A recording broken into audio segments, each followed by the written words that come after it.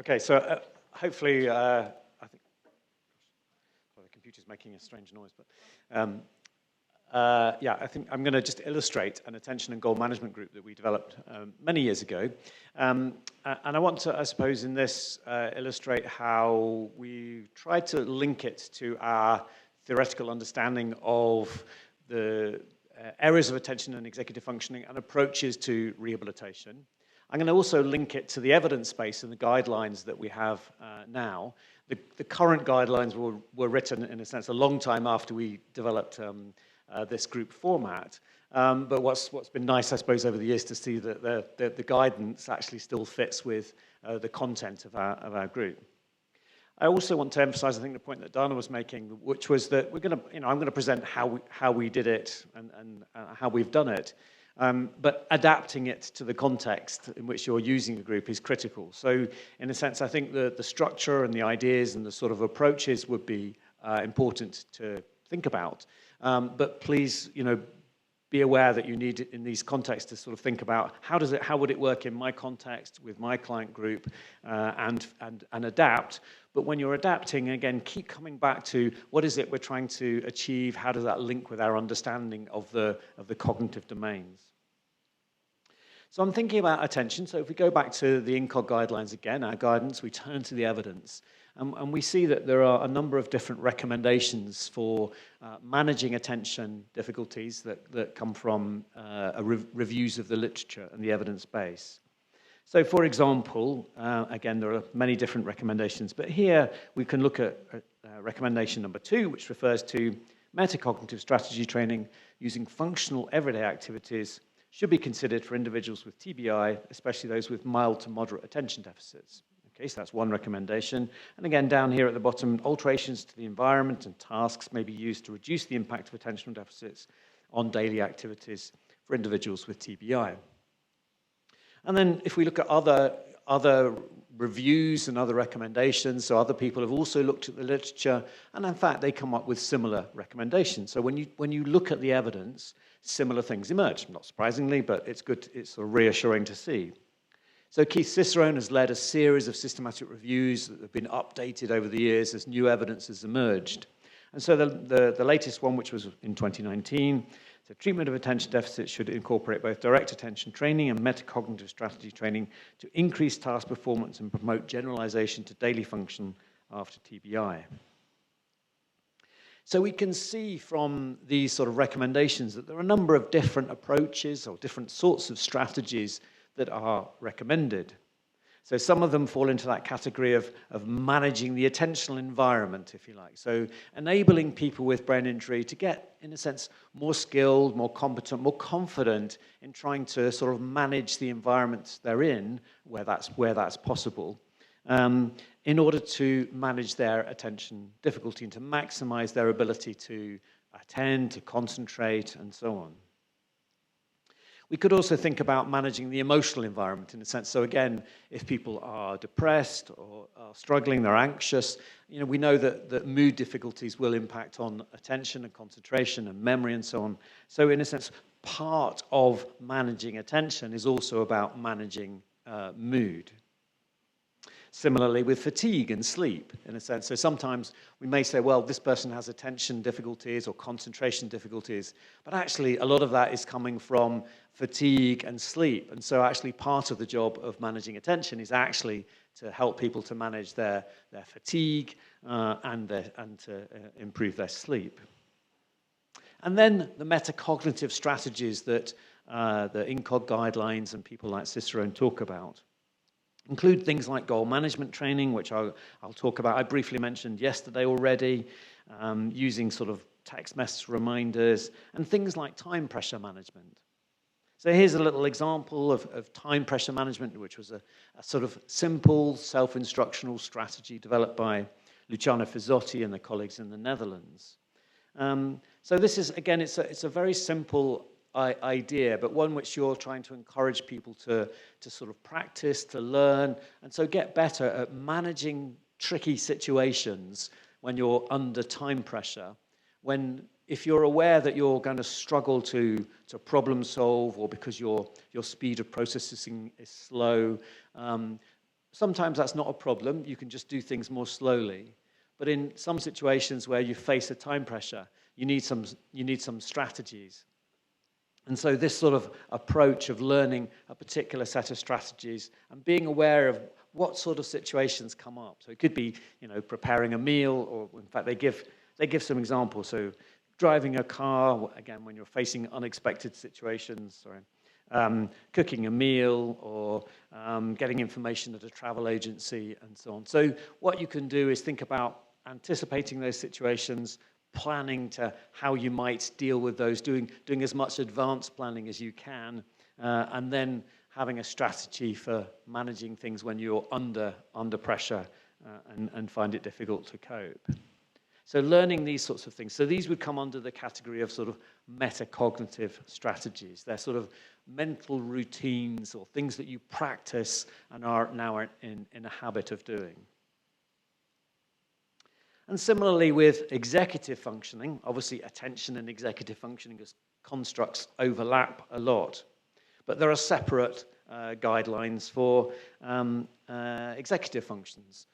Again, lots of different guidelines. And in fact, some of them are the same as attention, because the metacognitive strategy approaches work, in a sense, both for managing planning and problem-solving situations, as well as managing your attention during task completion.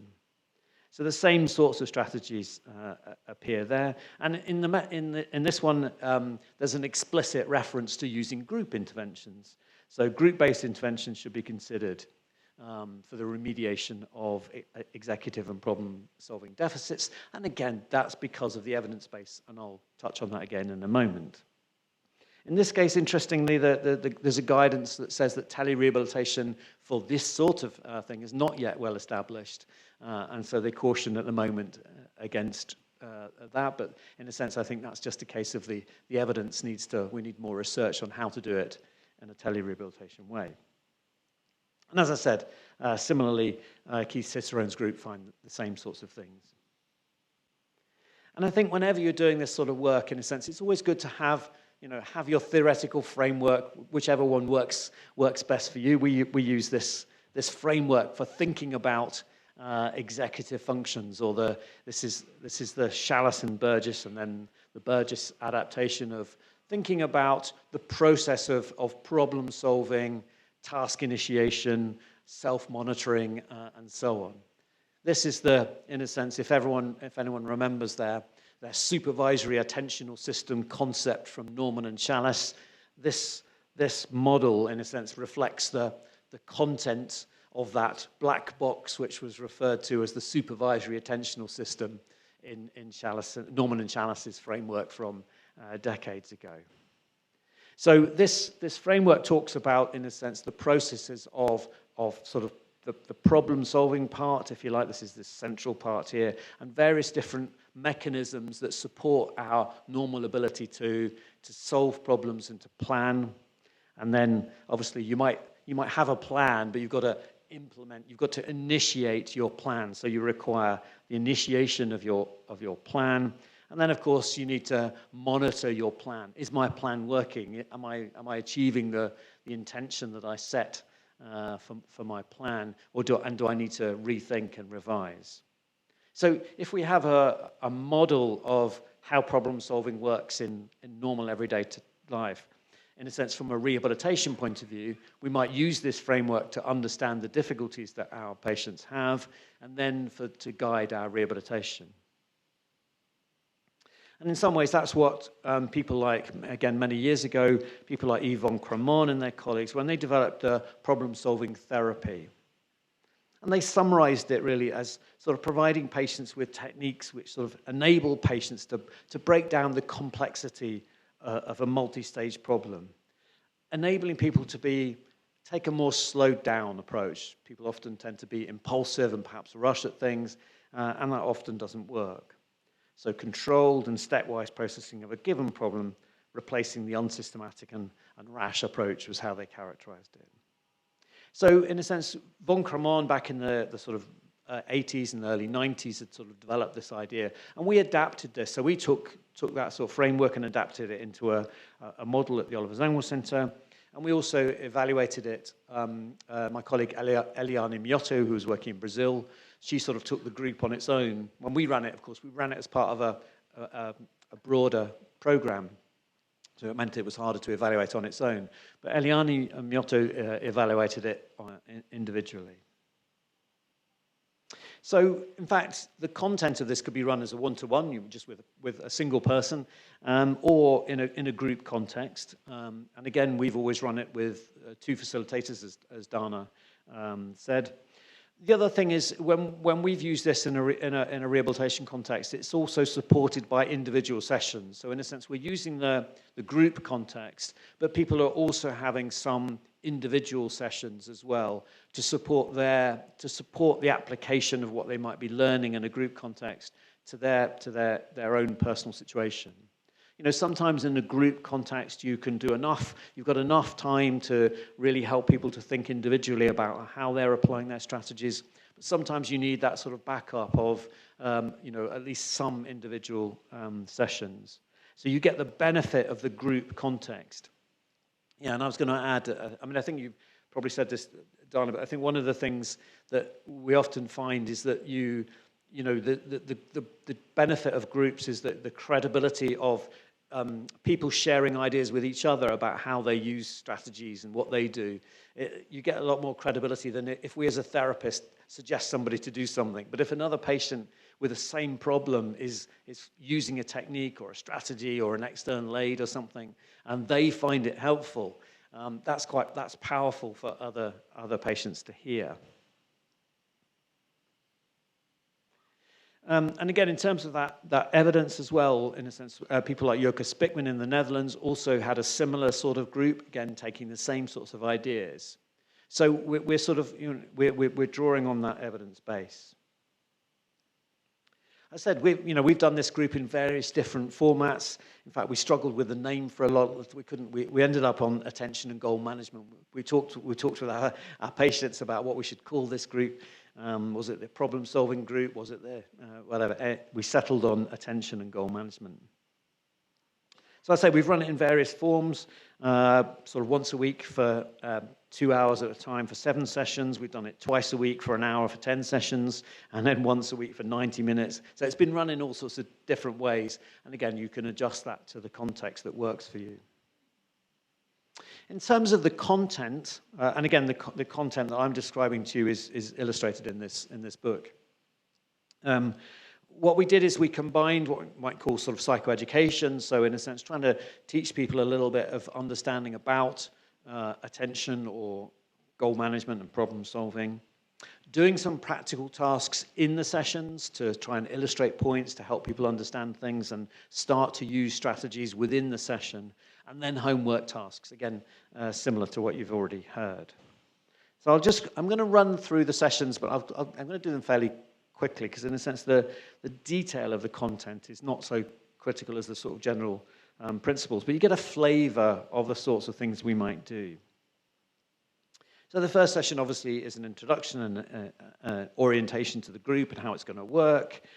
And then obviously just talking about attention. What is attention? Trying to start to help people think about all the different ways in which they use attention. So we're again thinking about drawing on our models of attention, but trying to make it practical and getting people to think about and start. Part of that is about starting to increase people's awareness of attention, and it's a thing that can be affected by a brain injury, and the different types of attention and situations that you might struggle with when you have attention difficulties.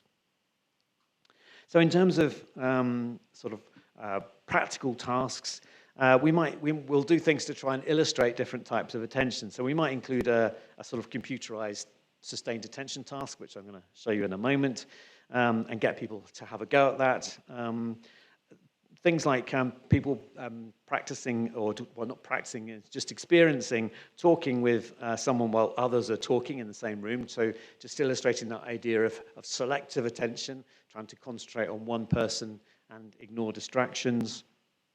Or things like playing cards while holding a conversation. So that idea of dual tasking. Sometimes we're trying to do 2 things at the same time.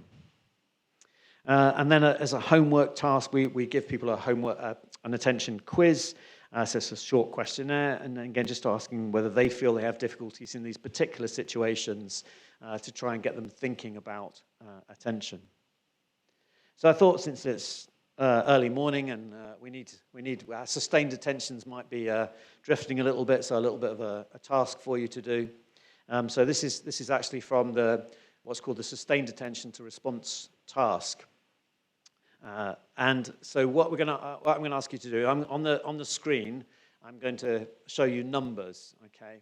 And everybody has to clap for every number as quickly as you can. So it's a sort of reaction time task, a response time. So you have to clap as quickly as you can to each number, except if the numbers are 3, just don't clap for 3s. But for everything else, fast as you can, loud as you can. All right, so we'll do it as a group.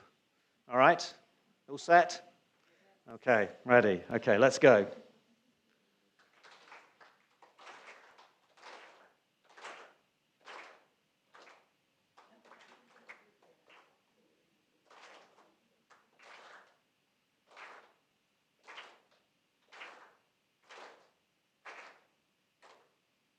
Okay, so you see how that task works. When we always laugh about this test, what I always say about this test is whenever we give it to patients, we often described it as the oh shit test. And the reason is that if you ever give it, all you hear is people are usually doing it on a mouse key. They have to press the mouse key. They go, oh shit, as they go through, as they notice the 3s.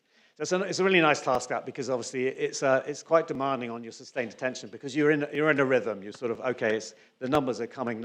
So you actually stop thinking about the numbers, and you get into this automatic processing.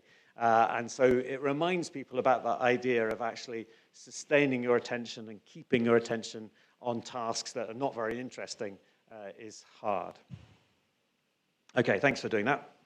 And this is just an example of the attention quiz. So people take this away, and we're encouraging them to just sort of to reflect and to think. And it's illustrating different sort of practical situations where people might find it difficult. So listen to somebody talking while you're watching the TV. Listen to one person talking at you if you're in a noisy, crowded situation. Does your mind wander while you're watching a TV program, or so on? So just a range of different sort of practical situations where attention might be stressed, if you like. And then also, actually, what we do is we would encourage people, we give people sort of diaries to try and start to collect so many examples where they feel like they've noticed that their attention was difficult, where they lost attention, they couldn't do 2 things at once, or just getting people's awareness, just to sort of raise that awareness and thinking about attention. So next session, again, reviewing the homework, and then back to sort of a bit more on education and sort of linking a little bit. Sometimes we do a little bit of anatomy of the brain and anatomy and sort of linking with attention, just to, again, gently introduce the idea that different sorts of brain injury might create different types of difficulties with attention. And then we might introduce the idea of the mental blackboard as a way of thinking about attention or working memory, in a sense. The idea of, holding things in mind, things that you intend to do, and that idea of sort of writing on a mental blackboard. We might use whiteboards now. Less people use blackboards, I guess. But the idea of the blackboard or the whiteboard is always it's a nice one, because it's an idea where you can you've got something in mind, but the thing about blackboards or whiteboards is it's easy for things to get rubbed off, so you can lose them easily. And we also introduce this idea of sort of checking the mental blackboard, so checking in with the mental blackboard.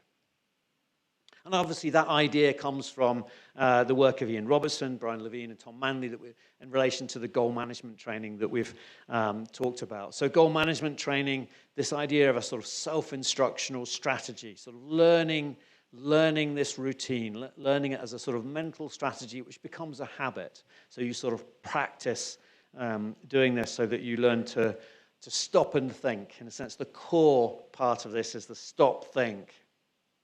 What's on the mental blackboard? What is it I should be doing just now? Have I got a particular goal or set of tasks? making sure those tasks are on my mental blackboard nice and clearly, and then regularly checking in with the mental blackboard. There's a formal, now manualized, quite detailed goal management training that Brian Levine has sort of developed.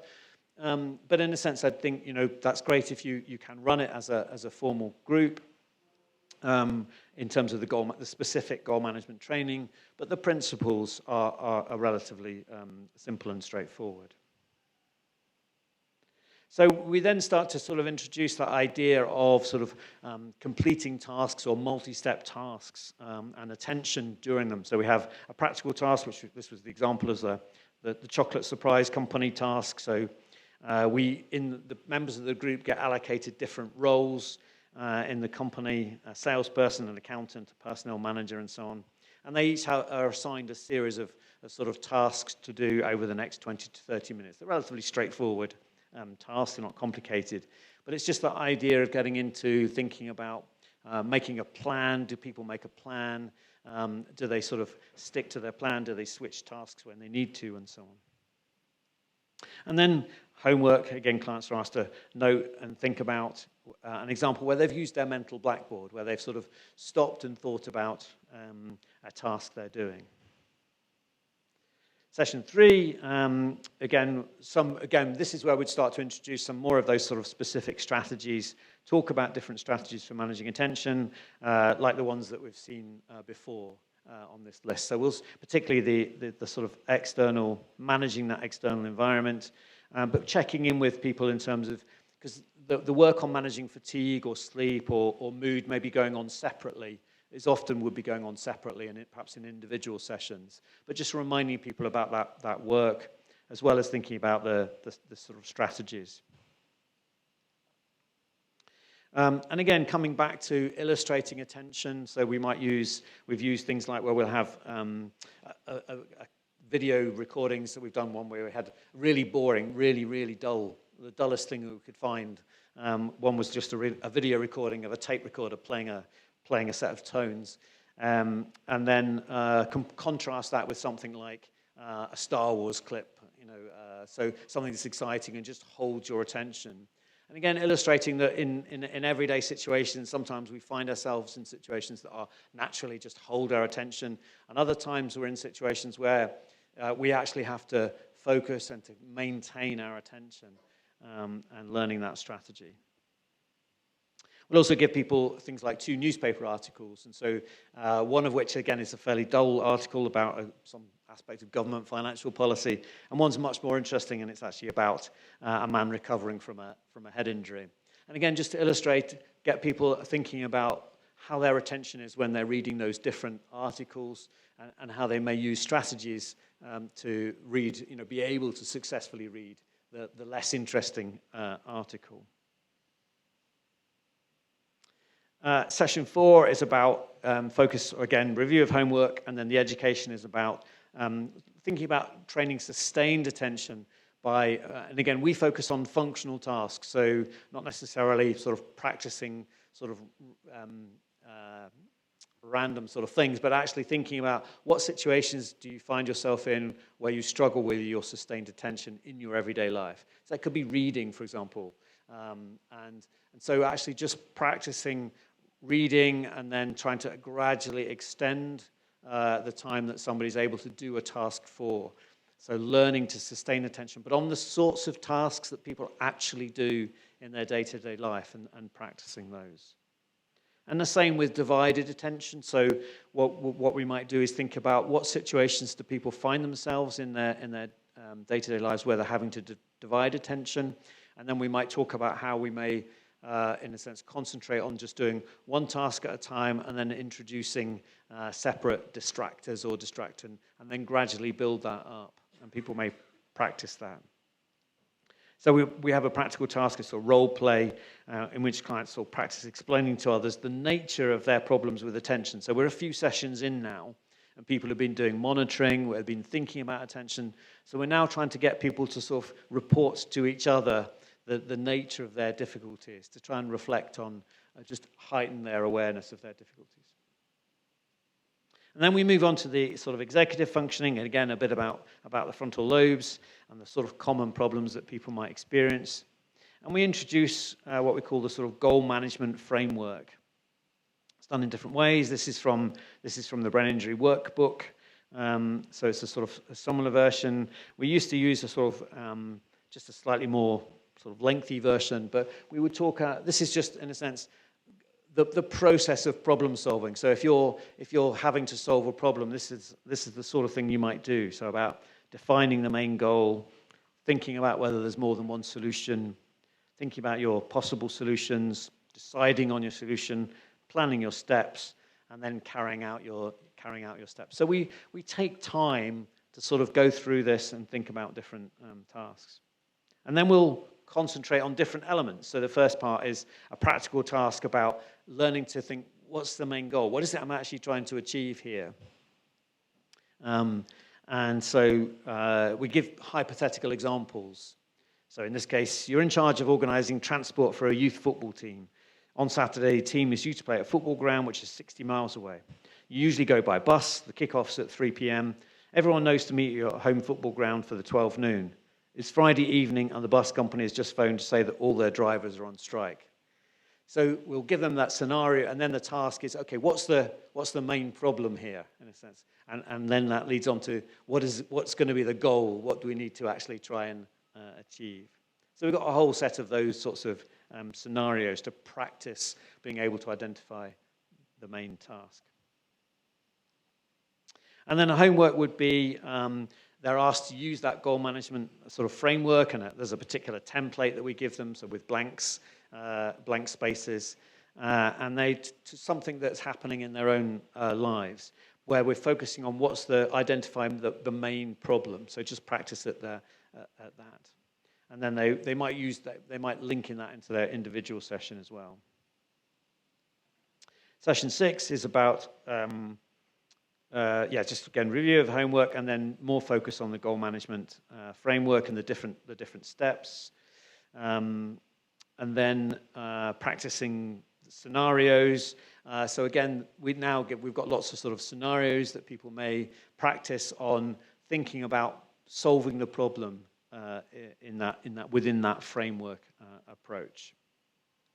And then this is the one I really like. One of the homework tasks is we set them the goal of trying to do something they've never done before, which is an interesting goal, because we see sort of people often think when they're set that goal, they think, oh, I have to do something really dramatic. I must go skydiving by next week or something.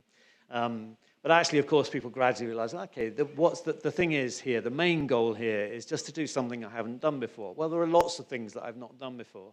And then people come up with all sorts of interesting things. And one of the best ones was somebody ended up making little sort of sweets. They were sort of pyramid sweets, coconut sweets, which was very unusual for this particular person to do it. But he came back next week with a whole tray of pink and white pyramid sweet things. But he'd actually worked really effectively, because he said, well, I've never made this before, and so it solved the problem effectively. And then session 7, again, in a sense, now what we're trying to do is just gradually reinforce more strongly that taking that stepwise approach to problem solving and completing tasks and activities. And then, in a sense, I suppose what I've said is this particular session, in a way, could just continue for many more sessions. I'm presenting it as 7 sessions, but it could be flexible, because that idea of just practicing now things in everyday life as a group, and coming back and feeding back and sharing examples, that could go on for many more sessions. Okay, I have a case example, but I'm just aware of time. So are we okay to? We're okay. Okay. So again, just to make the point that we do actually sort of do this with individual people and see how it works for individuals. So this particular guy, we'll call him Stephen. I describe him as the impulsive entrepreneur. So this guy, 35 years old, he'd worked for a marketing company, severe head injury and road traffic accident. He was a car driver. GCS 6 on admission. His coma length was a bit uncertain from the medical records, but PTA was at least a week. And there was a CT showing diffuse axonal injury and a sort of focal right frontal contusion. The problems reported partly by Stephen and his family, again, they fell into this sort of attention executive memory, but very much attention executive. So concentration, difficulty problem solving, just being slower. He had some speech, some dysarthria, some balance problems. He felt he was wobbly on his feet, and some mood, really just big frustration. But again, the main goal for him was to return to work. He's sort of similar to the guy that I presented yesterday. So again, we used the formulation framework. We used this version with him, and so again, we've got the different team members have contributed to this. So we've got the cognitive difficulties here, emotion, physical. He had his sort of broader psychosocial environment was one of sort of good social support from family and from work colleagues. Again, strong, really strong motivation. And yeah, I suppose he was someone that this idea of this sort of impulsivity was because that came out as a strong theme from his assessments. He'd become very impulsive in many different situations. And we identified a sort of working memory as well as evidence of difficulties with delayed memory. But his working memory was somewhat impaired, as well as attention. And so what that was tending to do, I think, was he was slightly fearful of if he had an idea of something, that he would just forget it. It would just go out of his head. He couldn't keep. So actually, part of his impulsivity was driven by a sort of an anxiety that he just had to do things quickly, because otherwise he'd forget them or they'd just disappear out of his head. So he developed a really sort of he just kept doing things very rapidly. And he was aware to some extent of particularly his language and fatigue problems, but much less awareness of this impulsivity issue. So in social situations, he tended to talk over other people a lot. He had some difficulties with his written communication, problems with his budgeting and balancing his accounts, difficulty with following complex instructions, and the key thing for him is he hadn't yet been able to return to work. So always good to think about your formulations in terms of theoretical models. So in his case, actually, one of the arguments one of the ways we sort of framed his problem was within this sort of framework, what was happening was, in a sense, he was using this route. So in this model, sometimes when you have a problem, you might face a problem, but actually it's not a complex problem, and the solution just pops into your mind fairly quickly. Other problems you have to really think about your past experience of dealing with things, and we go over, sort of use all these processes over here. But sometimes this route is available to us. The solution comes to mind quickly. But in Stephen's case, in a sense, he just never went over here. He never stopped and thought about a problem, tried to work out solutions. He just jumped to the first thing that came to his mind, and that was that was getting him into difficulties. And he was probably poor at sort of monitoring to some extent as well. So in terms of his intervention, well, we actually had several groups. So he actually participated in an understanding brain injury group, which was really focused on more generally understanding the consequences of brain injury and orienting him and the other participants to sort of the nature of their difficulties. But he participated in this attention and goal management group.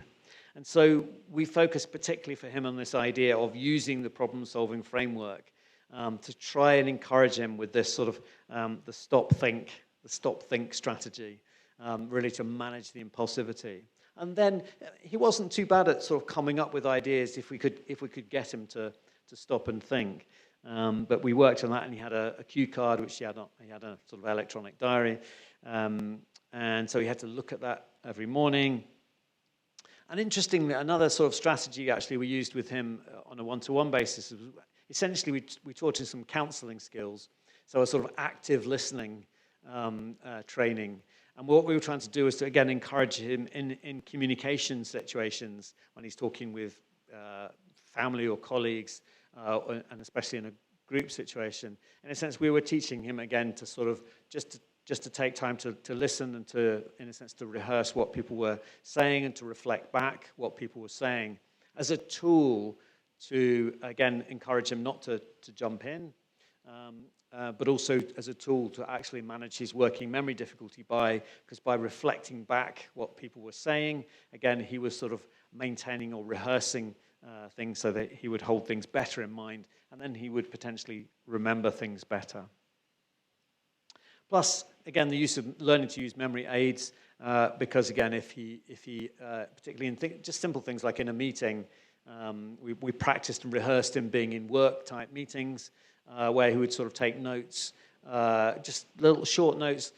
So rather than having to sort of immediately respond to what somebody was saying, it was available to him as a cue after a few minutes.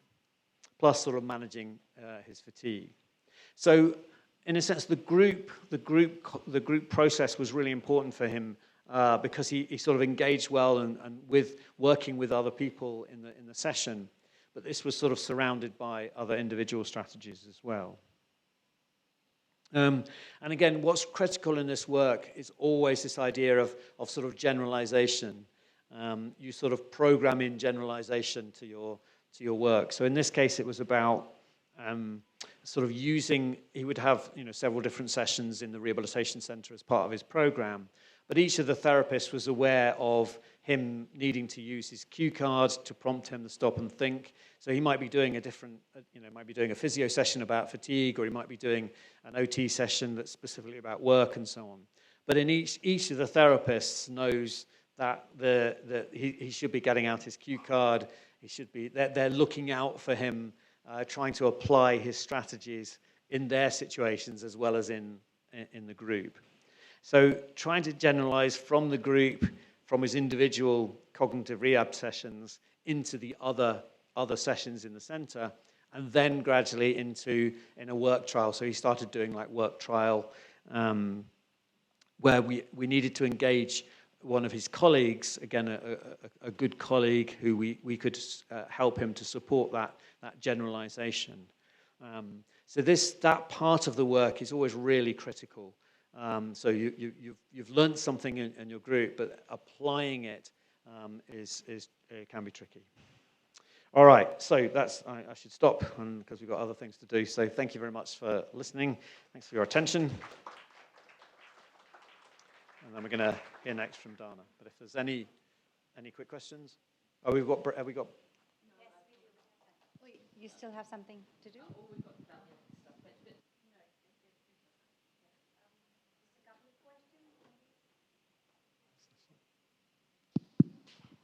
One here and one at the back. What's the best way of creating groups? So for homogeneity purposes,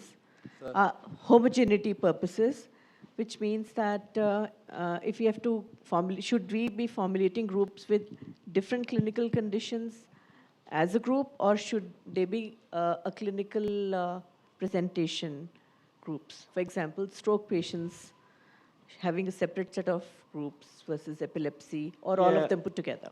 I mean, I think, as Dana was saying, I mean, I think you have to think about that and think about how the group's going to work. So I think, in a sense, most of these sorts of groups have been, the participants have been people with acquired brain injury.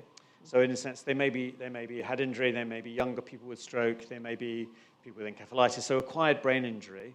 So there's enough of a sort of commonality there that probably facilitates things.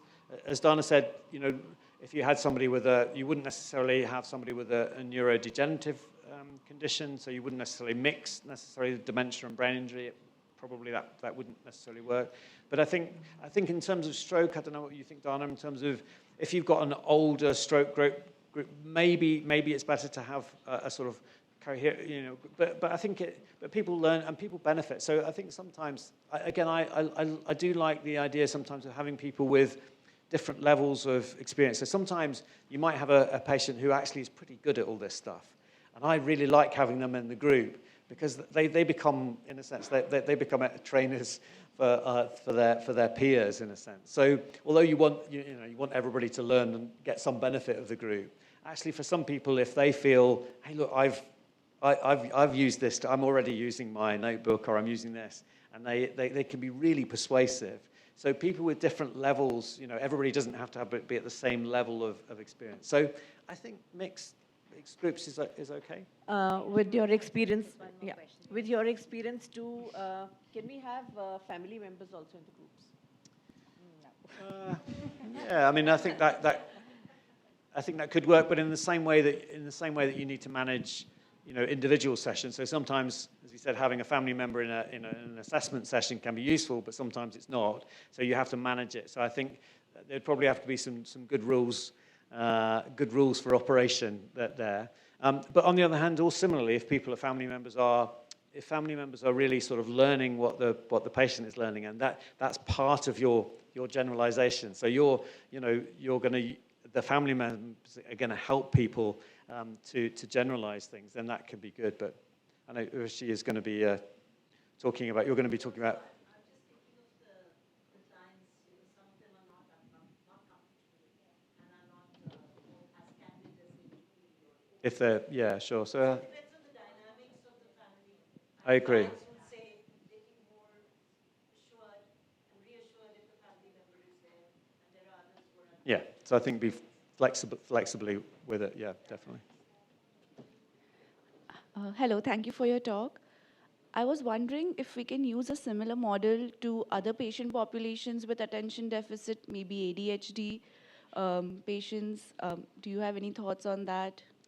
Yeah, not done it with people with ADHD diagnosis, but absolutely, I don't see why not. In fact, there would be a good group, I think, potentially. So particularly all of the strategies, and actually people sharing experiences, and lots of people. Certainly, we're actually just about to in our school in the university actually just start a sort of a service which is focused on. Particularly on students with ADHD, and trying to sort of potentially provide these sorts of things. So, yeah, I don't see why not at all. Okay.